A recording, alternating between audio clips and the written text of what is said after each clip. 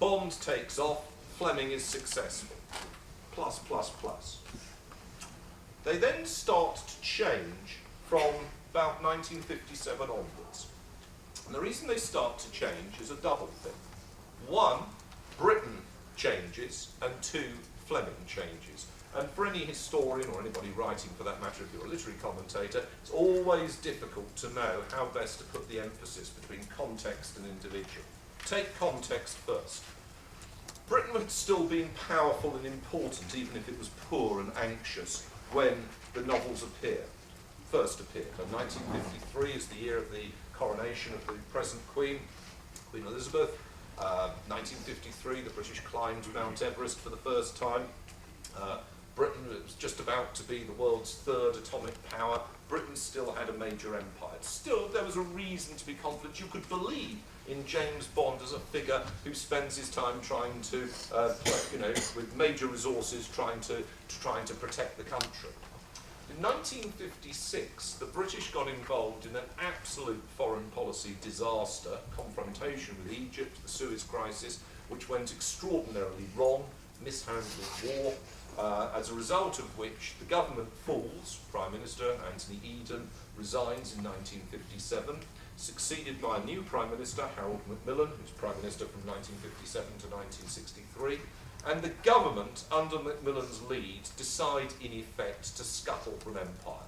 They decide that Britain can no longer afford to be a great imperial power. They also decide that in the face of colonial nationalism, of demands for independence in the colonies, that the idea that Britain should hang on to go on being a major power in Africa, in Southeast Asia, in the Persian Gulf, in Oceania, in the West Indies, that it no longer made sense. And between 1957 and 1963, the British, as it were, withdraw from empire at an unprecedented rate. In terms of the transfer of power over people, if you combine it with, and over territory, if you combine it with the French abandonment of empire, France gives independence to most of its African empire in 1960, as does Belgium. It's the largest transfer of territory in world history in any particular period. It's quite extraordinary, and it's extraordinary more attention isn't paid to it as a result of that. Anyway, Fleming is profoundly depressed by this process. He's very much a figure that's grown up with the idea that Britain should be a great power. He finds it very depressing that it's no longer being so. He doesn't like what the Macmillan government stands for. The Macmillan government is a conservative government, but it stands for being a modernising government and changing society, and he just doesn't like it. He's very uncomfortable. But on top of that, his personality is under enormous strain.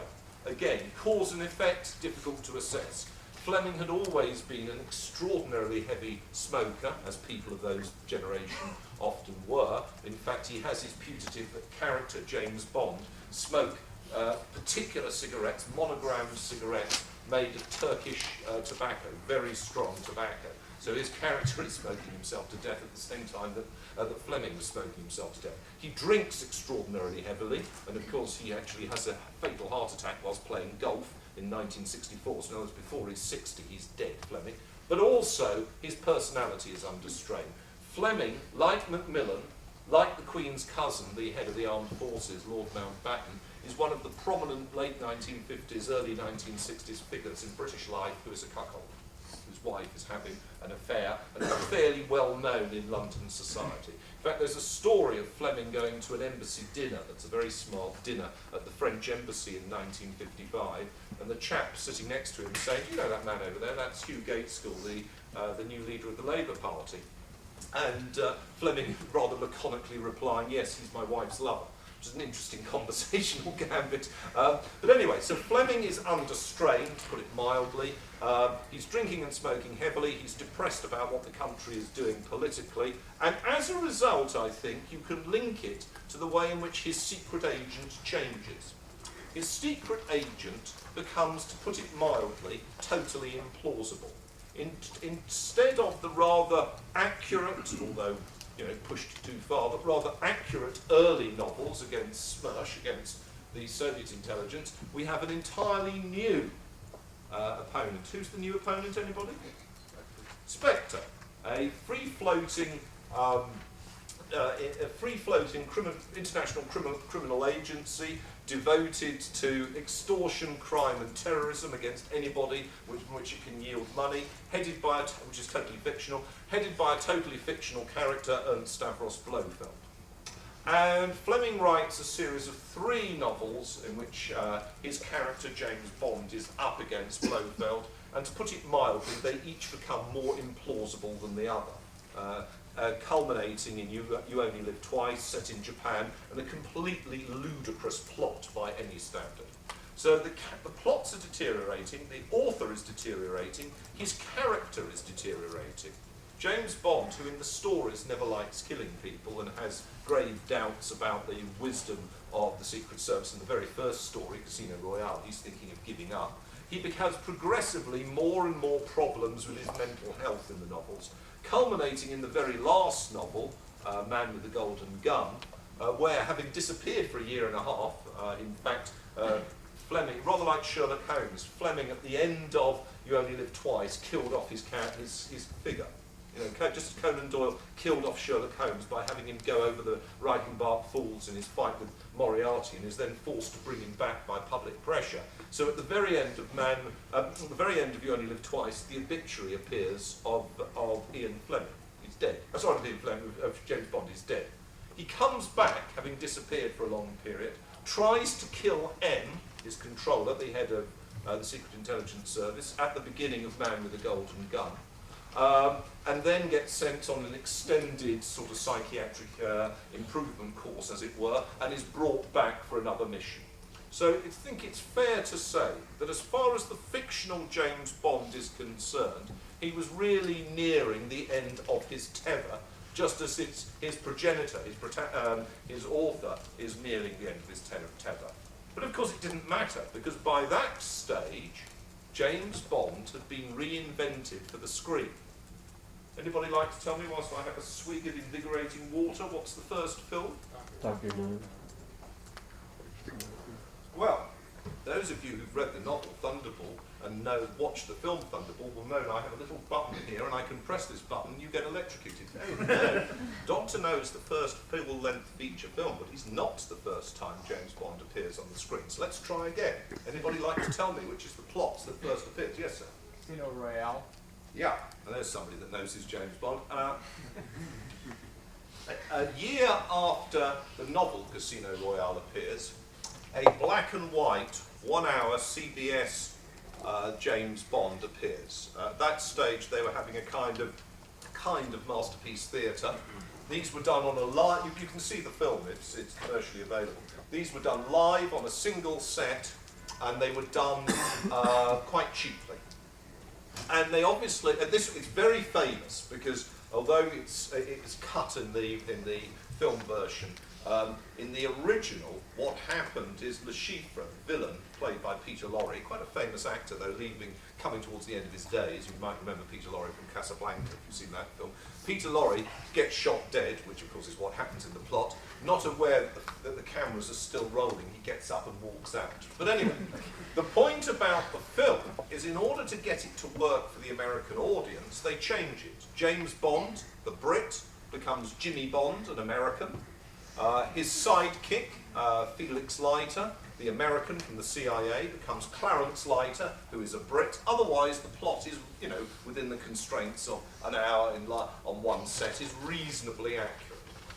Fleming was very pleased about this. He always wanted to make money. He, in many senses, is writing novels with their cinematographical potential in mind.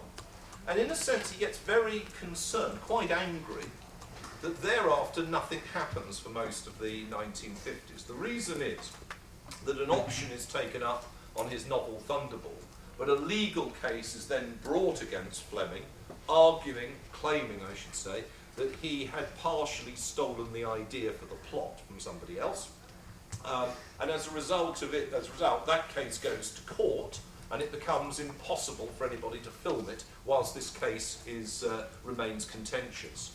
In the end, as you may know, as a result of this, Thunderball, in fact, is never within the monopoly that is of the film rights, which is why it becomes possible in 1983 for another production company to make Never Say Never Again, which is a takeoff of the Thunderball idea. Anyway, Fleming is going nowhere, and then he's rescued by an American and a Canadian. American, Albert Broccoli, Canadian, Harry Saltzman, combined together. In the end, quite quickly, Broccoli buys Saltzman out, so it becomes an American company. But they create together a film company, Dale Productions. They buy off Fleming the options on 3 of his novels. They subsequently buy all the others that they're able to get hold of, that the lawyers tell them they can have the right to. And they sell the idea of the films to United Artists, big American production company, which puts up then the money for them to make the films.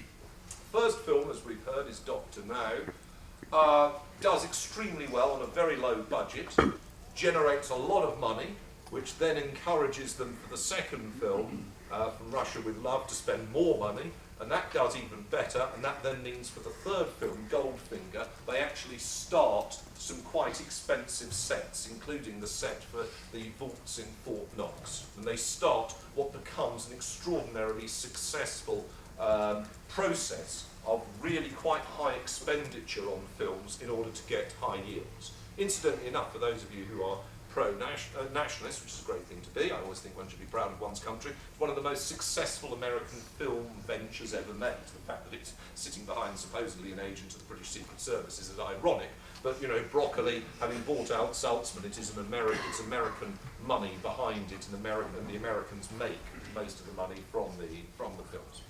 Anyway, to make a success of it, they have to change things, and in particular, they have to de-Anglicise the product. Now, Fleming was in no doubt as to whom he wanted to play James Bond. The same person who, when the then leading British newspaper, the Daily Express, had a poll of its readers asking them whom they would like to play James Bond, more than 5 million readers replied, which is quite astonishing. And the overwhelming figure was the same person Fleming wanted. Anybody know who that is? George Larrabee? No. Sean Connery? No. Nobody had heard of Sean Connery. No. Now the answer is David Niven.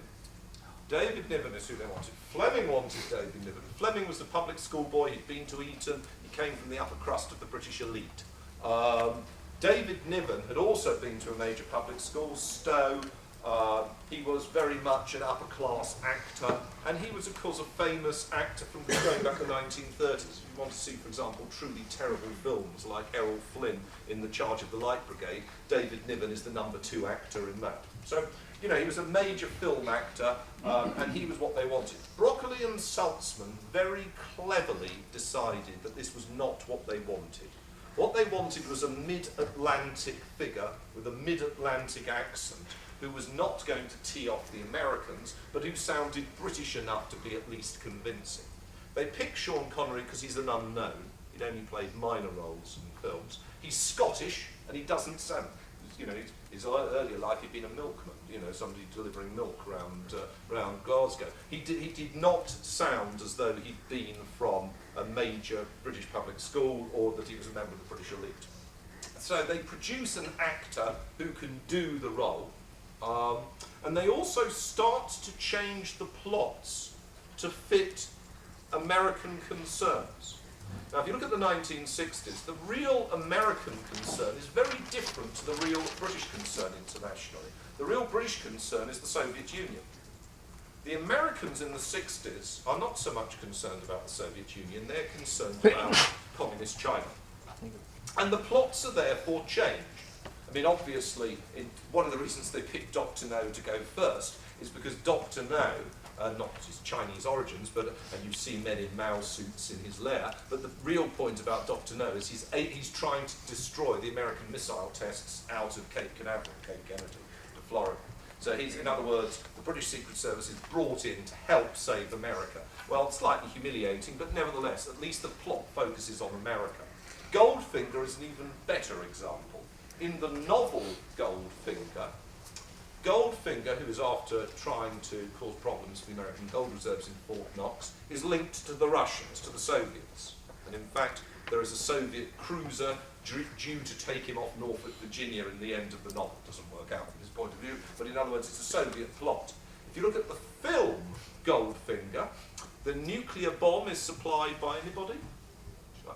Dr. Ling, who, just in case that doesn't give you enough of a clue, is a Chinese actor, and of course there are again men in Mao suits around the place. So what you've got is a transposing of the geopolitics of the plots in order to very much focus on American concerns. The fourth film, Thunderball, again, the villain, Largo, is planning to blow up Miami. So, very much aimed at America, these plots. And Britain becomes progressively less and less important. Indeed, in one of the best of the films, which are Diamonds Are Forever, in 1971, produced in 1971, in which the villain has taken over what is loosely presented as the Howard Hughes empire. The villain is based, first of all, on the top of a skyscraper in Las Vegas, and then on an oil rig off the Californian coast. Very much American, and a lot of Americana in the plots, James Bond turns up, gets captured. He always has to be captured because otherwise the villain can't explain the plot.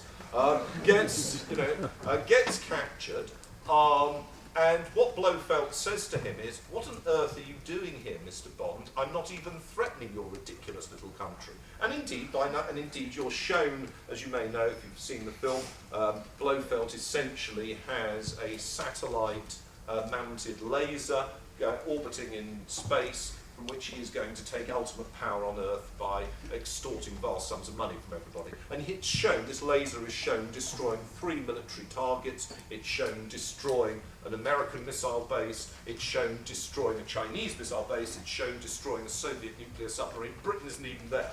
And then Blofeld is going to propose, he gets fed up that nobody wants to pay up, and he proposes, I don't know if you know the dialogue, he says, well, the satellite's currently over Kansas. He says, well, if we blow up Kansas, nobody will notice, but it's on a trajectory to go over Washington, so he's going to destroy Washington. And then, of course, Bond interrupts things and sort of throws the plot over. But the point is that Britain has become irrelevant other than the source of the secret agent. So the plots have become Americanized in many respects, and that's why they work. America in the 1960s was, as it is today, the world's leading film market, and in order to work as a film, you have to do to work to the American audience. What is interesting is to see how the plots have then changed, and what these changes tell us about altering anxieties, altering concerns, and what the scriptwriters think that people are really worried about. Now, several things will come up quite obviously. First, the enormous prominence in the 1960s and 1970s of space. Space engages the imaginative attention of the film writers and the film viewers to a great extent, and many of the plots make an enormous amount about the threat to human life posed by somebody that can dominate space. So, for example, in the film Moonraker, which is totally different in its plot to the novel. In the novel, all that's threatened is the destruction of London, and it's very much a London-centred, English-centred plot. In the film, Drax, who of course is based in the Californian countryside, where he has his chateau, Drax is planning to end human life on Earth. Not exactly a modest plot. And of course what he's doing is he's got his space station where he gets the people up there through shuttles, and the actual filmmakers are very keen, as they made at the time, very keen to argue that they had based this on what really shuttles could achieve and on what was the potential of space warfare. So that's a major anxiety that you see through a lot of the plots. Other anxieties that crop up, the 1980s, for example, drugs start to play a major role in the plots and in the way the villains make their money and trying to spread their influence. In the very last of the Roger Moore films, A View to a Kill, which is 1985, again very much centred in the United States, pretty well, apart from some initial scenes in France, pretty well all of the action takes place in California, and that is because the villain's plot is to place a nuclear device on the San Andreas Fault to cause a enormous disruption to the underlying geology of California, which is going to lead to the destruction of Silicon Valley, and then the villain is going to be able to use his control of the world's other sources of semiconductors in order to run the world economy.